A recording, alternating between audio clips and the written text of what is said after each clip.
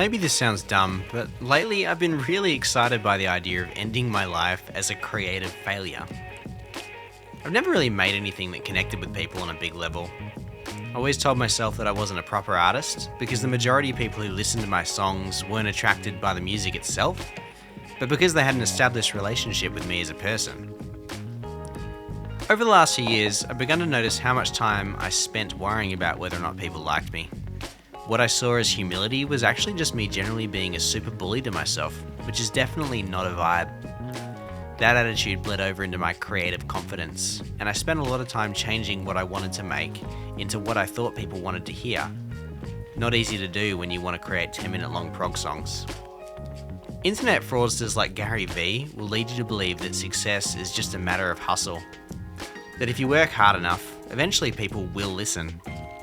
This has made the mere act of repetitive creation enough to validate art, because if you're making content, then success is inevitable. The truth is that success is actually incredibly elusive. We only see the success stories who tell you that failing was just part of the path they had to travel down in order to find their audience. In these cases, their hard work is only valid because they found success. But that's a fallacy. So many artists work hard for zero recognition, and I know that many of them are actually quite happy. In my case, I've begun trusting my conscience to determine whether my behaviour aligns with my values, and it's helped me to like myself so much more. The same goes with my music.